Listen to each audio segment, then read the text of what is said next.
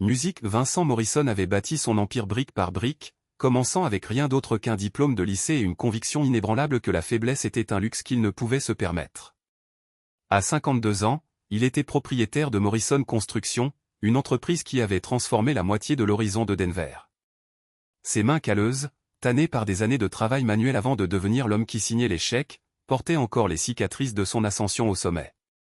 Il y a 25 ans, il avait rencontré Candy Fletcher lors d'un gala de bienfaisance, un de ces événements auxquels il assistait à contre-cœur, sachant que les relations comptaient autant que le béton dans son entreprise. Elle était radieuse, 23 ans contre ses 27, avec des cheveux blonds miel et un rire qui pouvait illuminer une pièce.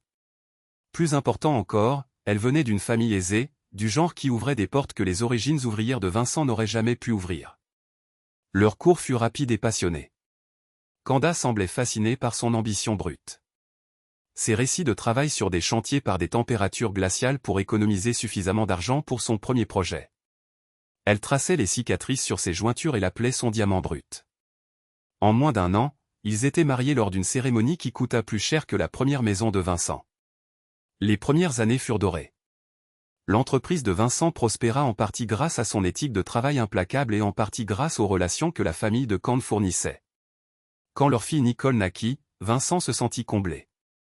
Il se réveillait à l'aube, passait 12 heures à superviser des chantiers, puis rentrait chez lui pour lire des histoires avant de dormir, ses bottes de travail encore couvertes de boue. Mais le succès changea Candy. À mesure que la richesse de Vincent augmentait, son sentiment de privilège augmentait également. La femme qui avait autrefois trouvé ses mains endurcies par le travail attirante, maintenant fronçait le nez quand il rentrait chez lui sale. Elle commença à passer plus de temps dans les country clubs et les retraites de spa, s'entourant de personnes qui n'avaient jamais travaillé un seul jour de leur vie. « Tu me fais honte, Vince. » Elle sifflait après les événements sociaux.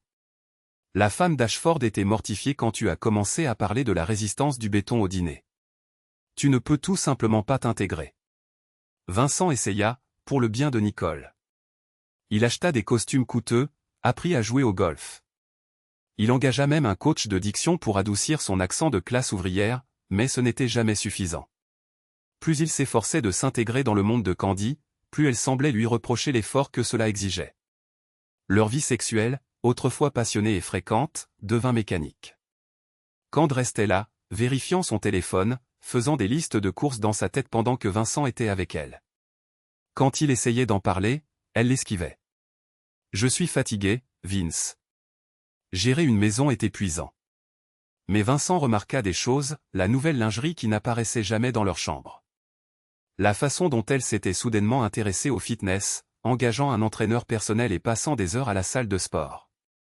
Les appels téléphoniques secrets qui se terminaient brusquement quand il entrait dans la pièce. Nicole, maintenant âgée de 22 ans et diplômée de Harvard en relations internationales, était devenue l'alliée de Kanda de manière qui blessait profondément Vincent. Sa fille, qui avait l'habitude d'attendre près de la fenêtre l'arrivée de sa camionnette, levait maintenant à peine les yeux de son téléphone quand il parlait.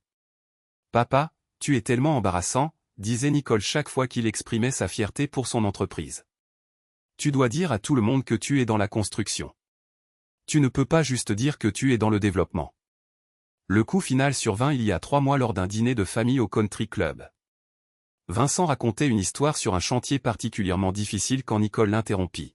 « Oh mon Dieu, papa, personne ne se soucie de tes récits de guerre d'ouvriers. Ce n'est pas un chantier. » Les mots furent prononcés avec le même ton méprisant que Candy utilisait, et Vincent réalisa que sa propre fille avait appris à avoir honte de lui. Cette nuit-là, Vincent prit une décision qui aurait des conséquences de grande portée. Il installa des équipements de surveillance discrets dans tout son manoir à Aspen. Non pas parce qu'il soupçonnait quelque chose de spécifique, mais parce que 25 ans dans les affaires lui avaient appris que la connaissance était le pouvoir, et que le pouvoir était la seule chose qui comptait quand tout le reste échouait. Les enregistrements des caméras, accessibles via une application sur son téléphone, révélèrent une vérité qui brisa les derniers vestiges de l'homme qui avait autrefois cru aux secondes chances. Chapitre 2. La découverte. Vincent était en train d'examiner des rapports de construction dans son bureau du centre-ville quand une notification retentit sur son téléphone. Mouvement détecté dans la chambre principale à 14h17. Candy était censé être à son club de lecture et Nicole à Harvard. Il l'ignora presque, pensant que c'était probablement juste la femme de ménage, mais quelque chose le poussa à ouvrir l'application. L'enregistrement montrait Kanda dans sa chambre, mais elle n'était pas seule. Derek Mills, l'entraîneur principal du country club, l'embrassait avec le genre de passion que Vincent n'avait pas vu chez sa femme depuis des années. Vincent reconnut Derek immédiatement, 38 ans, divorcé, avec le genre de musculature élancée qui provenait d'une vie de sport plutôt que de travail manuel. La tasse de café de Vincent s'écrasa contre le mur du bureau tandis qu'il voyait son épouse, après 24 ans de mariage, cambrer le dos sous la caresse d'un autre homme. Mais ce ne fut pas seulement la trahison physique qui le détruisit. Ce fut la façon dont Kand riait, la façon dont elle regardait Derek avec un désir authentique, la façon dont elle murmurait des choses que Vincent ne pouvait entendre, mais qu'il pouvait lire sur son visage. Il sauvegardait le fichier vidéo et continua à observer les enregistrements les semaines suivantes. L'idylle n'était pas nouvelle. La familiarité de Derek avec leur maison, la façon dont ils se déplaçaient dans leur chambre, suggérait que cela durait depuis des mois, voire des années. Mais la véritable dévastation survint lorsqu'il découvrit le rôle de Nicole dans la tromperie. Il était un ennuyeux dîner d'affaires. Il entendit Nicole dire à Derek lors d'une de leurs rencontres. « Papa se croit tellement important avec son entreprise de construction. Maman mérite mieux qu'un parvenu qui a eu de la chance. » Vincent entendit sa fille faciliter la trahison de sa femme, fournissant des alibis et des histoires de couverture. La fille à qui il lisait des histoires avant de dormir, dont il avait payé les frais de scolarité à Harvard sans hésiter, travaillait activement contre lui. Le point de rupture arriva lorsqu'il entendit Kand et Derek discuter de leur avenir. « Après que Nicole soit diplômée, nous passerons à l'action, disait Derek. Tu obtiendras la moitié de tout lors du divorce. Peut-être plus si nous pouvons prouver qu'il t'a négligé émotionnellement. » Kand a ri. Ce même son musical qui avait autrefois fait battre le cœur de Vincent. Vincent est si prévisible. Il va probablement supplier et implorer qu'elle revienne. Il ne comprend pas qu'elle l'a dépassé. Et Morrison Construction, demanda Derek. Cette entreprise est à moitié la mienne, répondit Kanda. Je suis marié à lui depuis 24 ans. J'ai supporté son comportement embarrassant, ses amis vulgaires, son manque total de sophistication. Je mérite une compensation pour ce que j'ai enduré.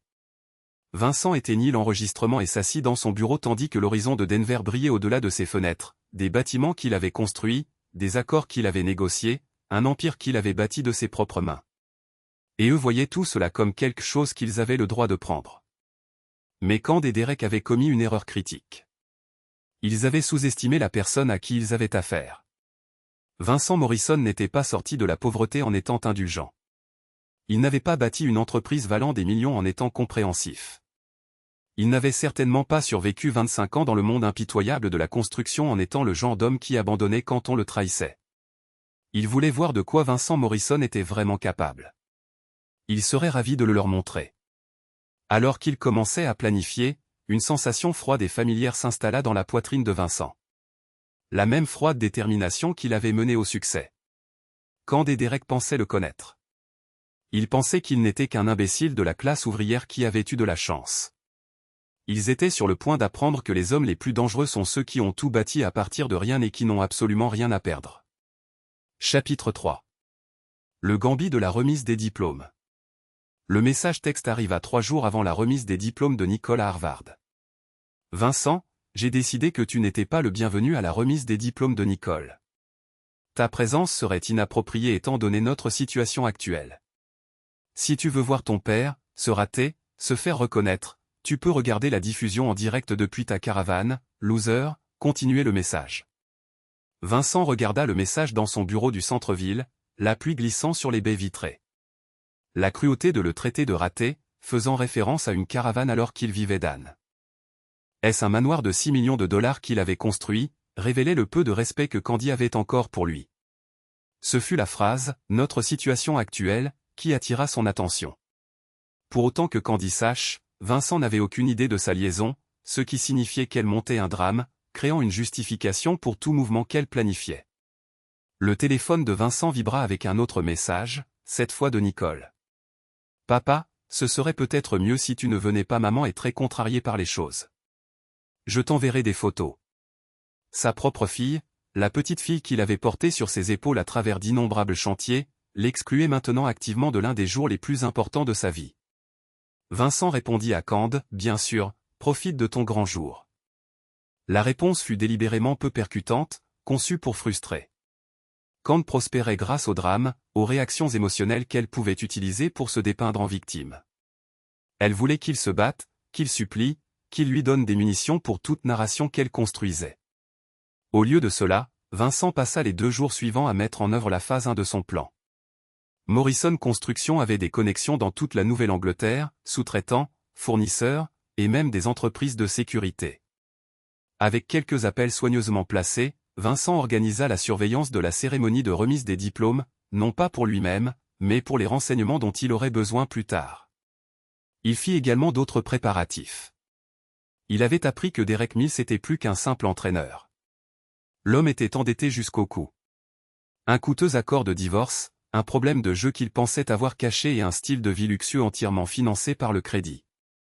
Le matin de la remise des diplômes, le téléphone de Vincent commença à sonner à 6h08. Le nom de Kanda clignotait sur l'écran encore et encore. Il le laissa aller à la messagerie vocale.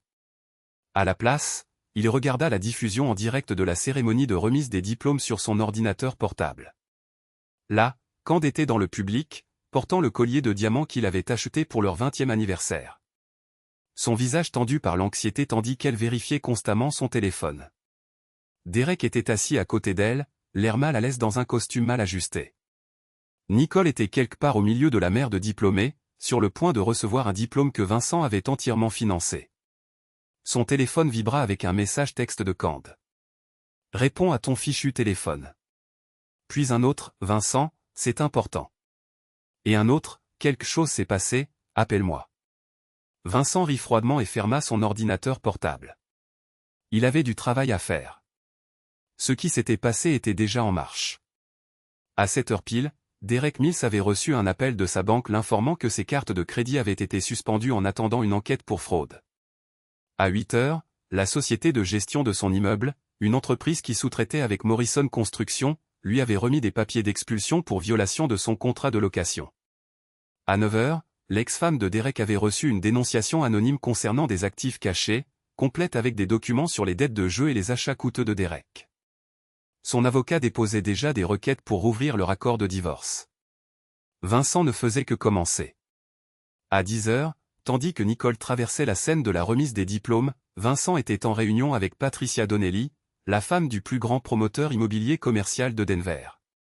Il s'avéra que Patricia était très intéressée par les photos que Vincent avait des activités récentes de son mari avec Derek. « J'apprécie que tu m'aies apporté cela, Vincent, » dit Patricia, sa voix glaciale tandis qu'elle examinait les preuves. « Derek a toujours été trop malin pour son propre bien.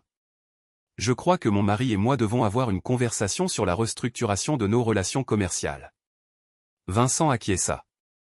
Derek Mills était sur le point de découvrir que l'industrie de la construction était un très petit monde et que Vincent Morrison avait une très longue mémoire. Au moment où les appels frénétiques de Kand cessèrent enfin, Vincent avait déjà mis en marche une chaîne d'événements qui détruirait systématiquement chaque aspect de la vie de Derek Mills. La cérémonie de remise des diplômes n'était que le début.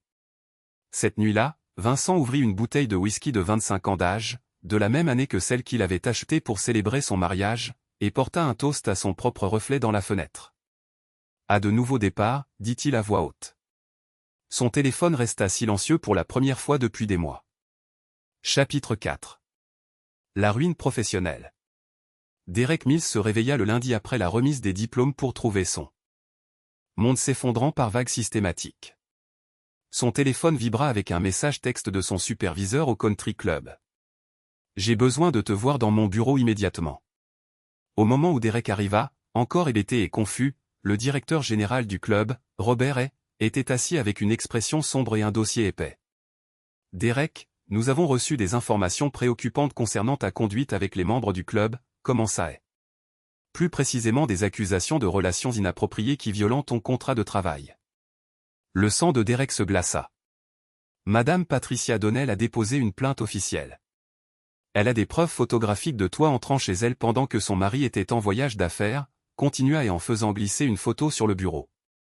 La voiture de Derek dans l'allée des Donnell avec un horodatage d'il y a 3 semaines. Ce n'est pas ce que ça paraît, protesta Derek, mais sa voix manquait de conviction. Il avait été chez Patricia, mais pas pour la raison qu'il soupçonnait. Patricia Donnelly l'avait engagé pour des séances d'entraînement privées, ou du moins c'est ce qu'il avait cru. Maintenant, il réalisa que ça avait été un piège. Il y a plus, continua A. Nous avons également reçu des documents concernant des dettes de jeu que tu as contractées en utilisant des relations au club. Le casino Riverside avait fourni des registres montrant que Derek avait utilisé des recommandations de membres du club pour obtenir des lignes de crédit. Avec effet immédiat, ton emploi est terminé, annonça-t-il. La sécurité t'escortera dehors. Tandis que Derek était escorté à travers la salle à manger principale, il vit plusieurs membres du club observer avec intérêt. Les nouvelles voyageaient vite dans ce cercle et pour la nuit, tous les country clubs de la ville sauraient que Derek Mills était persona non grata, mais Vincent n'avait pas terminé. L'immeuble de Derek s'avéra être la propriété d'une filiale de Denver Development Group, dont le principal entrepreneur était Morrison Construction. La notification d'expulsion que Derek avait reçue n'était que le début. Pour mardi, la direction de l'immeuble avait également déposé un rapport de police affirmant que Derek avait sous-loué son appartement illégalement et opéré une entreprise d'entraînement personnel sans licence depuis les lieux. Le mercredi apporta de pires nouvelles. L'avocat de l'ex-femme de Derek avait déposé de nouvelles requêtes révélant que Derek avait caché des actifs importants pendant son divorce, spécifiquement des cadeaux coûteux qu'il avait reçus de clients. Le fait que ces cadeaux venaient de Kanda Morrison était documenté en détail, complet avec des reçus de cartes de crédit et des photos des réseaux sociaux de Kanda. Comment ont-ils obtenu ces informations, exigea Derek lors d'un appel téléphonique houleux avec Kanda. Je ne sais pas, la voix de Kanda était aiguë de panique. Vincent ne peut pas être au courant de nous. Il n'est pas si intelligent. Mais Derek commençait à comprendre exactement à quel point Vincent Morrison était réellement intelligent. Le jeudi apporta le coup final. Derek arriva au bureau de son avocat pour trouver l'homme pâle et en sueur. « Derek, je dois me retirer en tant que ton avocat », annonça l'avocat. « Un conflit d'intérêts a été découvert », expliqua-t-il. « Mon cabinet a une relation de longue date avec Morrison Construction. Nous avons géré leurs négociations de contrat pendant des années. Je ne peux pas te représenter dans toute affaire qui pourrait impliquer Vincent Morrison. » Derek le regarda fixement. « Tu penses que Vincent Morrison est derrière tout ça ?» Le silence de l'avocat fut une réponse suffisante. Pour le vendredi, Derek Mills avait perdu son emploi, son appartement et sa représentation légale. Son crédit était ruiné, sa réputation détruite et son ex-femme exigeait un audit médico-légal de chaque centime qu'il avait dépensé au cours des 2 dernières années. Mais le coup le plus cruel arriva le samedi matin quand Derek reçut un message texte d'un numéro inconnu. Voilà ce qui arrive quand tu confonds la gentillesse avec la faiblesse. Tu n'as encore rien vu. BM. Derek tenta d'appeler Kanda, mais son téléphone tomba directement sur la messagerie vocale. Quand il se rendit au manoir Morrison, les portes étaient fermées et un garde de sécurité qu'il ne reconnut pas lui dit qu'il n'était pas le bienvenu sur la propriété. Il semblait que Vincent Morrison avait planifié cette destruction méthodique depuis plus longtemps que Derek ne l'avait imaginé. Et Derek commençait à réaliser que tout ce qu'il croyait savoir sur le mari de Candy était catastrophiquement faux. L'homme n'était pas seulement une histoire de réussite de la classe ouvrière qui avait eu de la chance. Vincent Morrison était un prédateur qui avait patiemment attendu que sa proie commette une erreur. Chapitre 5. La fracture familiale. Nicole Morrison revint de son week-end de remise des diplômes pour trouver sa maison familiale transformée en un camp armé. Des gardes de sécurité patrouillaient les lieux, de nouvelles caméras surveillaient chaque entrée et sa mère arpentait le hall de marbre comme un animal en cage. Nicole, Dieu merci, tu es là. Kanda se précipita pour serrer sa fille dans ses bras. Quelque chose de terrible se passe. Ton père a perdu la tête. Nicole posa ses valises, portant toujours son sweat à capuche Harvard. De quoi parles-tu? Derek, tu te souviens de Derek du club? Il est en train d'être systématiquement détruit. Quelqu'un sabote chaque aspect de sa vie et je crois que c'est ton père, affirma Candy. Nicole fronça les sourcils. Elle n'avait jamais particulièrement aimé Derek Mills. L'homme était trop doux, trop désireux de plaire. Elle avait remarqué la façon dont il regardait sa mère, mais elle ne comprenait pas non plus pourquoi son père se soucierait d'un entraîneur. Pourquoi papa attaquerait-il Derek? Demanda Nicole avec précaution. Le visage de Kanda rougit. Pourquoi? Parce que Derek et moi nous sommes rapprochés. Ton père a dû le découvrir d'une manière ou d'une autre. L'aveu resta suspendu dans l'air entre elles. Nicole avait soupçonné que quelque chose se passait, le soudain intérêt de sa mère pour le fitness, La façon dont elle s'habillait pour les séances de gym, les appels téléphoniques secrets, mais avoir la confirmation était différent. « Maman, tu as une liaison ?» demanda Nicole. « Ce n'est pas si simple, Nicole. Ton père et moi nous sommes éloignés. Ce n'est pas l'homme que j'ai épousé. Derek me comprend d'une manière que ton père n'a jamais fait. » Nicole s'enfonça dans l'une des chaises anciennes que sa mère avait importées de France. « Depuis combien de temps cela dure-t-il » demanda-t-elle. « Environ 2 ans, admit Cande. Mais Nicole, tu dois comprendre. J'ai été malheureuse bien plus longtemps. Ton père me fait honte à chaque événement social.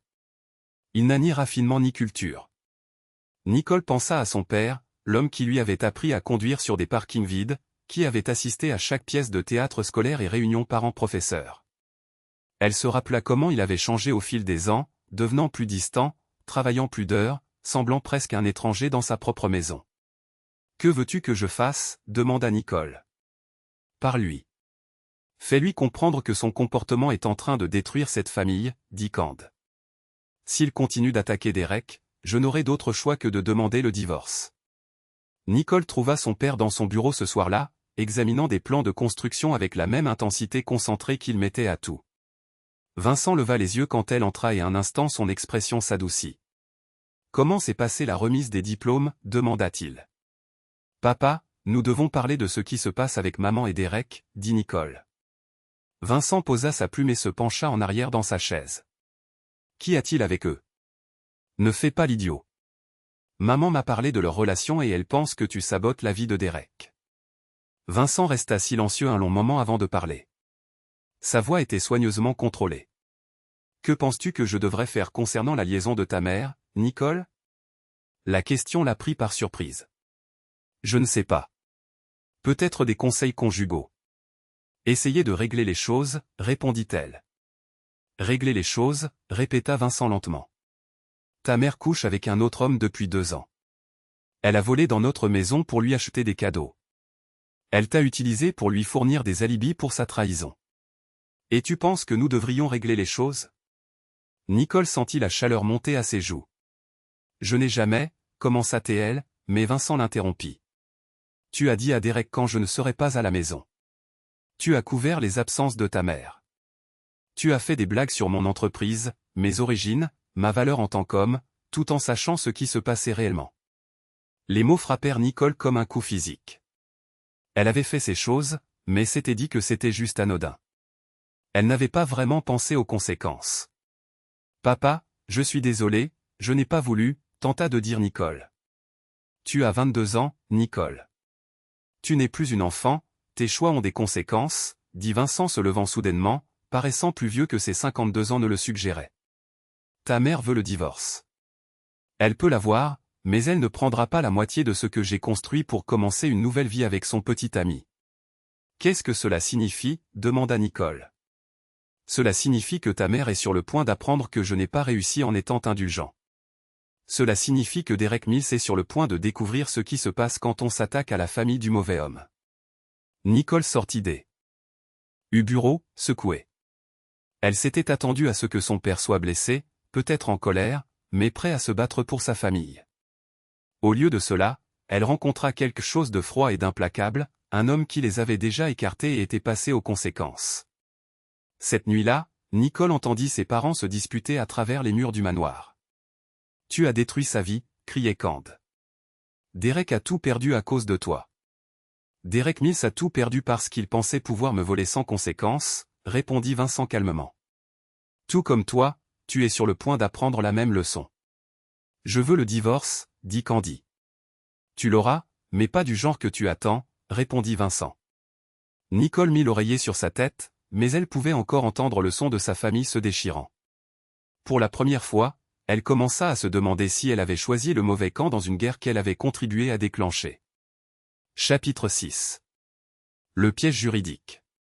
Cande Morrison s'assit en face de l'avocate de divorce la plus chère de Denver, une femme au regard perçant nommée Linda Kellerman, spécialisée dans les dissolutions de patrimoines importants. Le cabinet d'avocats occupait le dernier étage d'un gratte-ciel du centre-ville et, à travers les fenêtres, Canda pouvait voir plusieurs bâtiments portant les enseignes de Morrison Construction.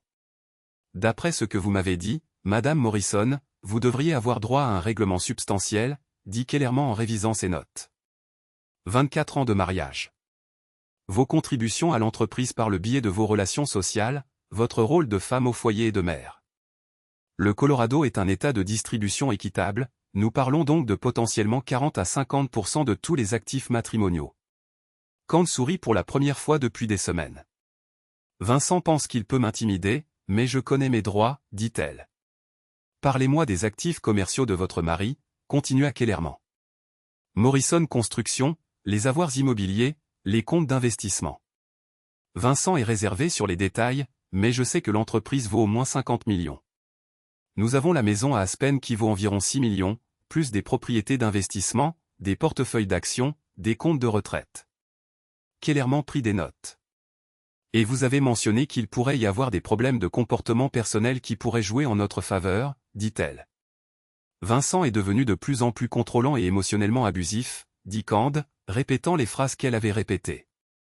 Il m'a isolé de mes amis, a critiqué chacun de mes mouvements, m'a fait me sentir inutile. J'ai un témoin qui peut témoigner de son comportement. Ce que Candy ignorait, c'est que le cabinet de Kellerman avait reçu un appel très intéressant 3 jours plus tôt. Vincent Morrison les avait contactés non pas pour engager leurs services, c'était pour les informer d'un possible conflit d'intérêts. Il s'avérait que Morrison Construction avait récemment acquis l'immeuble abritant le cabinet de Kellerman. En tant que nouveau propriétaire, Vincent avait jugé bon de révéler que son épouse pourrait solliciter leurs services. Bien sûr, je ne voudrais pas interférer avec vos affaires, avait dit Vincent d'une voix douce. Mais j'ai pensé que vous devriez savoir que Candy pourrait ne pas être totalement honnête concernant sa propre conduite durant notre mariage. Maintenant, tandis que Kellerman écoutait l'histoire de Candy, elle était pleinement consciente que sa cliente omettait des informations cruciales. Madame Morrison, je dois vous demander, avez-vous eu une liaison avec quelqu'un d'autre durant votre mariage? L'hésitation de Candy fut brève, mais révélatrice. Non, bien sûr que non.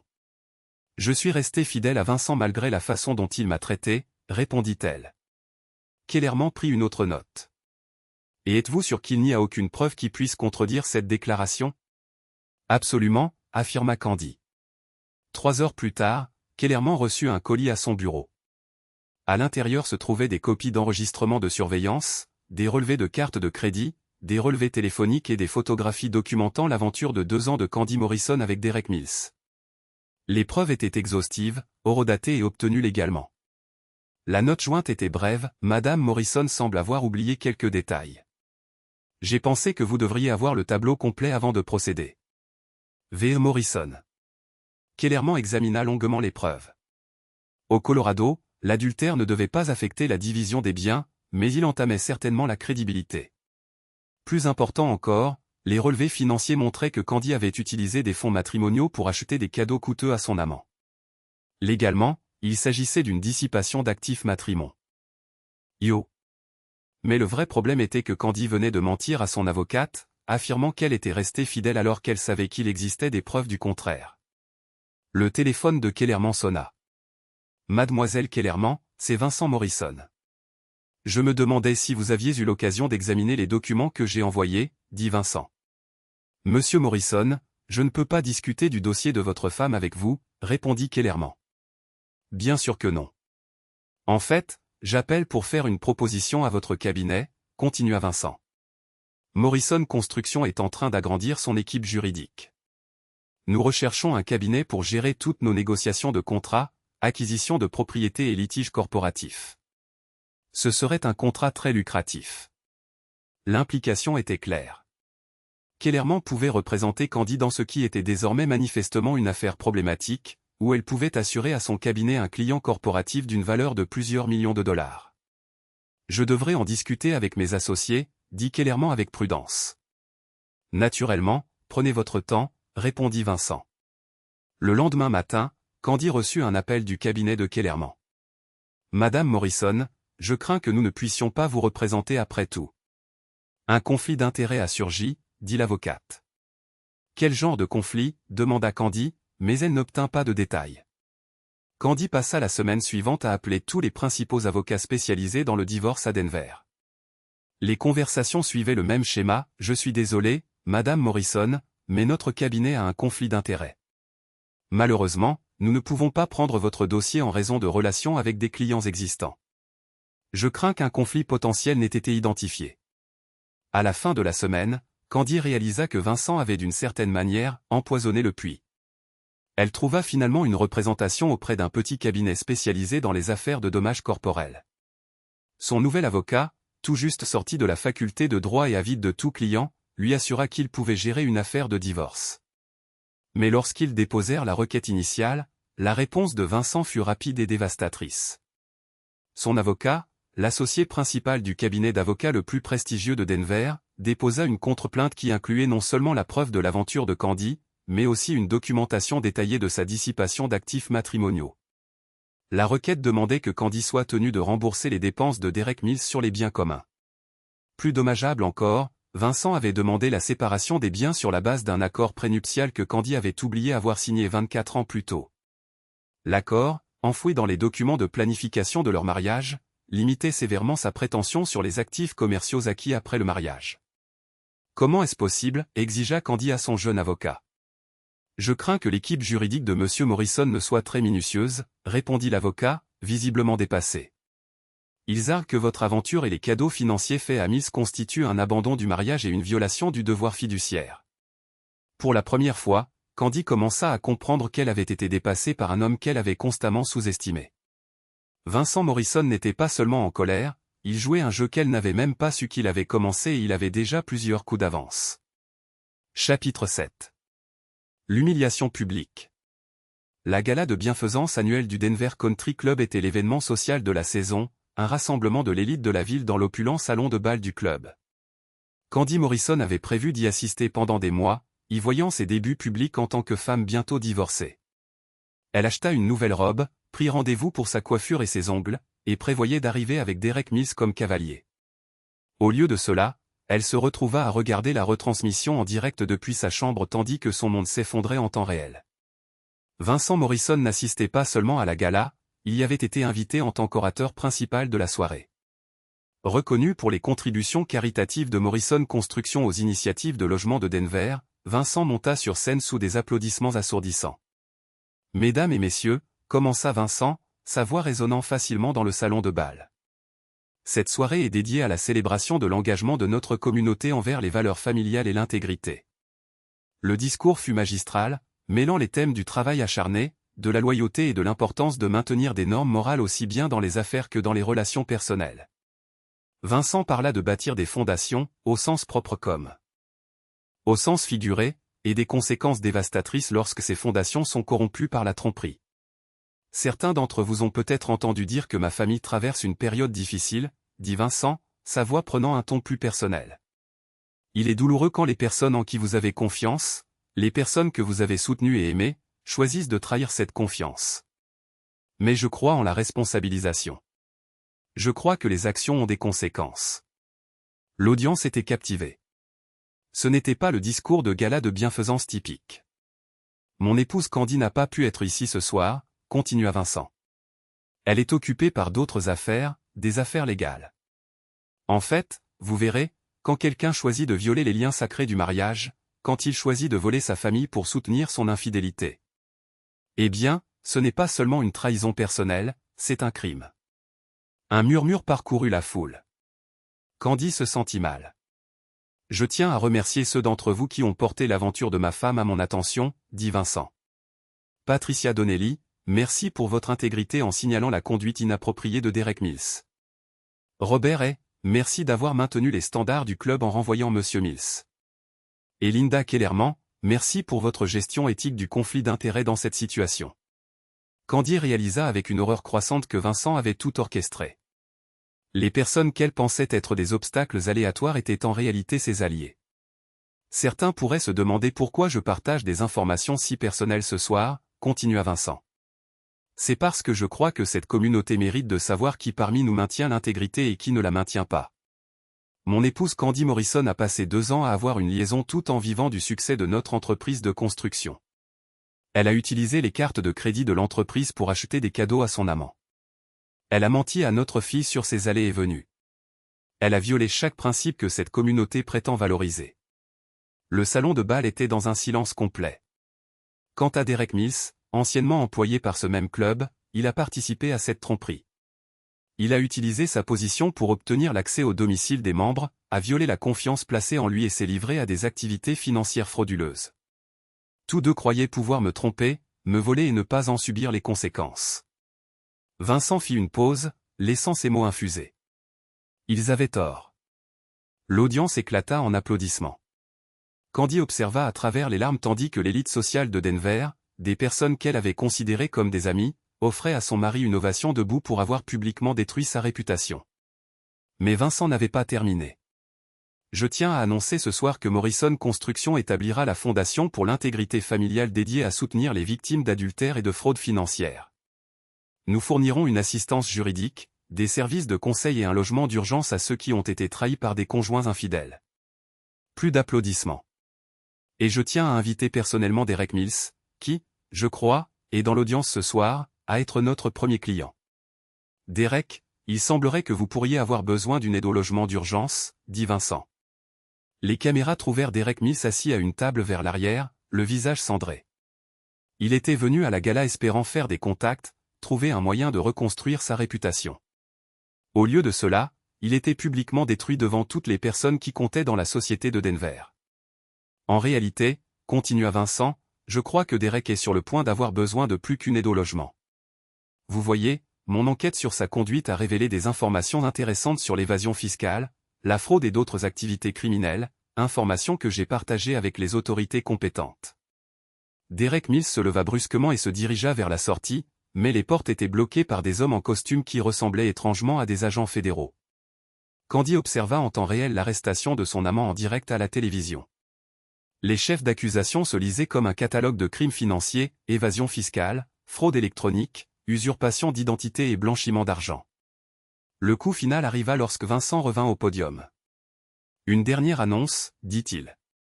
Ma fille Nicole, diplômée de Harvard le mois dernier, a décidé de poursuivre une carrière dans le travail social, aidant les familles détruites par l'infidélité.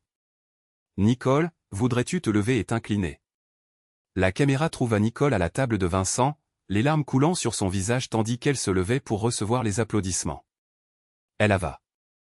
It fait son choix, et ce n'était pas celui que Candy avait espéré. Nicole comprend que la loyauté n'est pas seulement un mot, c'est un choix que nous faisons chaque jour. Elle a choisi d'honorer la famille qui l'a élevée, éduquée et aimée inconditionnellement. Tandis que la gala se terminait, Candy s'assit seule dans sa chambre, regardant l'élite sociale de Denver féliciter son mari pendant qu'elle devenait une paria. Son téléphone avait vibré de messages toute la nuit, mais ce n'étaient pas des messages de soutien. Candy, je suis vraiment désolé pour ce que tu traverses, mais je pense qu'il serait préférable que tu ne viennes pas à notre club de lecture pendant un certain temps. Martha. Le comité du tournoi de tennis a décidé de prendre une direction différente cette année. Suzanne. Je crois qu'une certaine distance serait appropriée, étant donné les circonstances. Jessica. Une par une, Candy était effacée du monde social qu'elle avait cultivé pendant des décennies. Vincent n'avait pas seulement détruit la vie de Candy légalement et financièrement, il l'avait transformée en paria social, et la nuit était loin d'être terminée. Chapitre 8. Le coup final. Derek Mills était assis dans une cellule fédérale, toujours vêtu de son smoking de la soirée de gala du country club. Les accusations portées contre lui étaient graves. Le FBI avait découvert un réseau complexe d'usurpation d'identité et de fraude financière s'étendant sur plusieurs mois. Utilisant sa position au country club, Derek avait volé des informations personnelles de membres et les avait utilisées pour obtenir des prêts et des lignes de crédit frauduleux. Ce que Derek ne savait pas, c'est que Vincent Morrison était au courant de ses activités depuis des mois et avait méticuleusement documenté chaque transaction. Monsieur Mills, dit le procureur fédéral lors de la lecture des chefs d'accusation de Derek, vous faites face à 47 chefs d'accusation de fraude fédérale. Les preuves contre vous sont accablantes. Cependant, il pourrait y avoir une opportunité de coopération, ajouta l'avocat commis d'office de Derek, qui se pencha en avant. Quel genre de coopération? Vincent Morrison nous a fourni des preuves d'activités criminelles supplémentaires impliquant votre associé Candy Morrison. Fraude financière, blanchiment d'argent, complot, expliqua le procureur. Si vous êtes prêt à témoigner contre Madame Morrison, nous pourrions conclure un accord. Derek regarda fixement le procureur. Même maintenant, enfermé et faisant face à des décennies de prison, Vincent Morrison continuait de manipuler les événements depuis l'ombre. Pendant ce temps, Candy découvrait que ses problèmes légaux ne faisaient que commencer. L'IRS avait ouvert une enquête sur ses finances personnelles, se concentrant spécifiquement sur les cadeaux coûteux qu'elle avait achetés pour Derek. Madame Morrison, expliqua son avocat inexpérimenté, le gouvernement considère vos cadeaux à Monsieur Mills comme une conspiration visant à l'évasion fiscale. Ils affirment que vous l'avez aidé à dissimuler des revenus, continua-t-il. C'est ridicule, répondit Candy. C'était des cadeaux. Mais les cadeaux dépassant le plafond d'exclusion annuel devaient être déclarés. Certains des articles que vous avez achetés, la Rolex, le forfait vacances, les paiements de voiture, totalisaient plus de 200 000 $. L'IRS voulait savoir pourquoi ils n'avaient pas été déclarés fiscalement. Candy sentit les murs se refermer sur elle. Elle s'était tellement concentrée sur la dissimulation de son aventure qu'elle n'avait jamais envisagé les implications légales de ses dépenses. Mais le coup de maître de Vincent était encore à venir. 3 semaines après la gala, Candy reçut une visite de Nicole, qui avait l'air pâle et ébranlé. « Maman, il faut qu'on parle », dit Nicole en s'asseyant devant Candy dans le salon formel du manoir. « Nicole, grâce à Dieu, j'ai essayé de te contacter pendant des semaines. J'ai besoin que tu comprennes, » commença Candy. « Je comprends parfaitement, » interrompit Nicole. « Papa m'a tout montré. Les enregistrements de surveillance, les relevés financiers, la chronologie de ton aventure. Je comprends que tu m'as utilisé pour le trahir, ajouta-t-elle. Candy sentit quelque chose de froid s'installer dans son estomac. Nicole, tu ne comprends pas toute la situation, tenta d'expliquer Candy. Je comprends que tu as dépensé mon fonds universitaire en cadeau pour Derek Mills, dit Nicole. Les mots frappèrent Candy comme un coup physique. De quoi parles-tu, demanda-t-elle. Maman, papa m'a montré les relevés. Tu as pris de l'argent de mon fonds d'études pour acheter des cadeaux coûteux à Derek. Papa a dû utiliser des actifs commerciaux pour couvrir mes frais de scolarité parce que tu avais volé mon argent pour l'université. L'esprit de Candy vacilla. Le fonds d'études était à son nom et elle y avait accédé au coup. RS des 2 dernières années lorsque ses dépenses personnelles étaient devenues incontrôlables. Elle prévoyait de remplacer l'argent avant que Nicole n'obtienne son diplôme. Tu as volé ta propre fille pour financer ton aventure, continua Nicole, la voix brisée. Papa a payé mon éducation 2 fois à cause de ton égoïsme. Nicole, j'allais remettre cet argent, dit Candy. Avec quoi? Ton accord de divorce? Nicole se mit debout, ses mains tremblantes. Sais-tu ce que papa m'a dit? Il a dit qu'il préférerait te tout donner plutôt que de te laisser penser que tu avais gagné, mais ensuite il a réalisé que tu volerais simplement d'autres personnes, blesserais d'autres familles, alors il a décidé de s'assurer que tu n'aurais plus jamais l'occasion, ajouta Nicole. Candy regarda sa fille, la regarda vraiment, et vit la froide détermination de Vincent se refléter dans les yeux de Nicole. Je témoignerai contre toi dans la procédure de divorce, dit Nicole à voix basse, sur l'argent volé de mes frais de scolarité, sur mon rôle dans la dissimulation de ton aventure, surtout. Papa dit qu'il est important que j'assume la responsabilité de mes choix. Elle continua. Nicole, s'il te plaît, supplia Candy. J'ai choisi de t'aider à le trahir. Maman, maintenant je choisis de réparer les choses, dit Nicole en se dirigeant vers la porte. Puis elle s'arrêta. Papa m'a proposé de payer mes études de droit, il veut que je poursuive mon éducation. Il a dit qu'il croit aux deuxièmes chances pour les gens qui les méritent. Et moi, murmura Candy.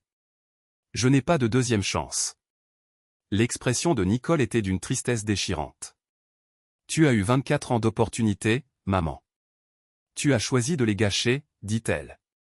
Après le départ de Nicole, Candy s'assit seule dans le manoir qui allait bientôt lui être retiré. Vincent avait systématiquement détruit son amant, avait monté leur fille contre elle, avait ruiné sa réputation et s'était assuré qu'elle ferait face à des accusations criminelles, mais le coup le plus cruel restait à venir. Cette nuit-là, Candy trouva une enveloppe sur son oreiller.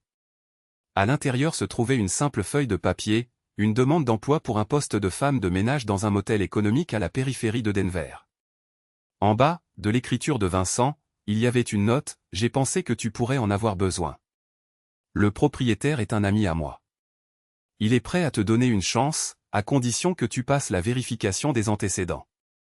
Considère cela comme mon dernier cadeau à la femme que j'ai autrefois aimée. » Candy chiffonna le papier, puis le lissa à nouveau. Demain, Elle perdrait la maison, les voitures, le statut social, tout ce qu'elle avait tenu pour acquis. Vincent Morrison avait détruit sa vie aussi méthodiquement et complètement qu'il avait construit son empire de la construction, un mouvement soigneusement planifié à la fois. Et le plus dévastateur était qu'elle commençait à comprendre qu'elle méritait tout cela. Chapitre 9. La nouvelle fondation. 6 mois plus tard, Vincent Morrison était dans son bureau, contemplant l'horizon de Denver qu'il avait contribué à façonner. Le journal du matin était ouvert sur son bureau avec un article en première page sur la condamnation de Derek Mills, 15 ans de prison fédérale pour fraude, usurpation d'identité et complot. Candy avait reçu 5 ans pour son rôle dans le stratagème, bien qu'elle ait finalement évité les accusations les plus graves en coopérant avec les procureurs. Selon les sources de Vincent, elle était devenue une prisonnière modèle, travaillant à la bibliothèque de la prison et donnant des cours d'alphabétisation. Vincent ne ressentait aucune satisfaction de sa punition. Candy avait fait ses choix, et les conséquences avaient suivi. C'était simplement ainsi que le monde fonctionnait. Un coup à sa porte interrompit ses pensées. « Entrez », dit Vincent. Nicole entra, vêtue d'un tailleur et portant une mallette. À 23 ans, elle était devenue une femme formidable, son éducation à Harvard complétée par une année de travail en défense des victimes. La réunion du conseil d'administration de la Fondation pour l'intégrité familiale est dans 1 heure, dit-elle en posant des dossiers sur son bureau. Nous avons reçu des demandes de 47 familles ce mois-ci, ajouta Nicole. Vincent hocha la tête. La Fondation était devenue son principal objectif en dehors de Morrison Construction. Elle fournissait une assistance juridique et financière aux familles détruites par l'infidélité et la fraude. Nicole servait de directrice exécutive, un rôle qui semblait correspondre à son intelligence naturelle et à son sens de la justice nouvellement développé. Des cas intéressants, demanda Vincent. Il y a un ouvrier du bâtiment à Colorado Springs dont la femme a vidé ses comptes de retraite pour soutenir son addiction au jeu et son petit ami, répondit Nicole. Un autre cas concerne un enseignant dont le mari a utilisé les fonds universitaires de leurs enfants pour investir dans l'entreprise défaillante de son frère, continua-t-elle. Vincent révisa les dossiers. Chaque cas était différent, mais le thème sous-jacent était toujours le même, confiance trahie, fondation brisée, famille détruite par l'égoïsme et la tromperie. Approuvez-les tous, dit Vincent. Assurez-vous qu'ils aient la meilleure représentation légale disponible. Nicole sourit, ce qu'elle faisait plus fréquemment ces derniers mois.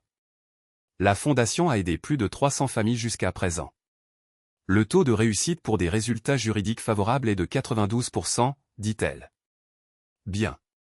Qu'en est-il du programme de bourse, demanda Vincent. 18 étudiants issus de foyers brisés ont reçu des bourses complètes pour l'université cette année. Tous maintiennent une moyenne supérieure à 3,5, répondit Nicole. Vincent sentit quelque chose qui aurait pu être de la fierté. Les bourses étaient destinées spécifiquement aux jeunes dont les familles avaient été détruites par l'infidélité ou la trahison financière. Des jeunes qui avaient appris très tôt que les actions ont des conséquences, mais qui méritaient toujours l'opportunité de construire de meilleures vies. Y a-t-il autre chose, dit Nicole, son ton devenant plus sérieux. J'ai reçu une lettre de maman, ajouta-t-elle. L'expression de Vincent ne changea pas, qu'a-t-elle dit? Elle veut te voir? Elle demande pardon, dit Nicole. Vincent resta silencieux un long moment. Que penses-tu que je devrais faire, demanda-t-il. Je crois, dit Nicole avec prudence, que le pardon est quelque chose que l'on fait pour soi-même, pas pour l'autre personne. Mais je crois aussi que certaines trahisons sont trop fondamentales pour être pardonnées, ajouta-t-elle. Vincent. Nicole avait appris de dures leçons sur la loyauté et les conséquences. Elle comprenait que certains ponts, une fois brûlés, ne pouvaient pas être reconstruits. As-tu répondu à sa lettre, demanda Vincent. Je lui ai dit qu'elle avait fait ses choix et qu'elle devait maintenant vivre avec, tout comme je vis avec les miens, répondit Nicole, la voix ferme. J'ai choisi de t'aider à le trahir, papa. Je ne peux pas défaire cela, mais je peux m'assurer de ne plus jamais faire ce genre de choix. Et Derek Mills, demanda Vincent. Il écrit aussi des lettres pour demander de l'argent, affirmant qu'il a été manipulé, demandant de l'aide pour son appel, dit Nicole. L'expression de Nicole se durcit. Je les envoie à la poubelle, ajouta-t-elle. Vincent sourit froidement. Derek Mills passerait les 15 prochaines années à apprendre ce que signifiait de s'en prendre à la famille du mauvais homme. Au moment de sa libération, il aurait la cinquantaine, sa réputation détruite, ses perspectives limitées à tout travail que les anciens détenus pourraient trouver. La réunion du conseil, lui rappela Nicole. Juste avant de partir, j'ai des nouvelles. Morrison Construction s'étend en Arizona et au Nouveau-Mexique, dit Vincent.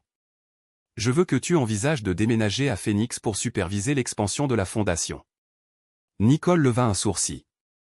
Tu essaies de te débarrasser de moi.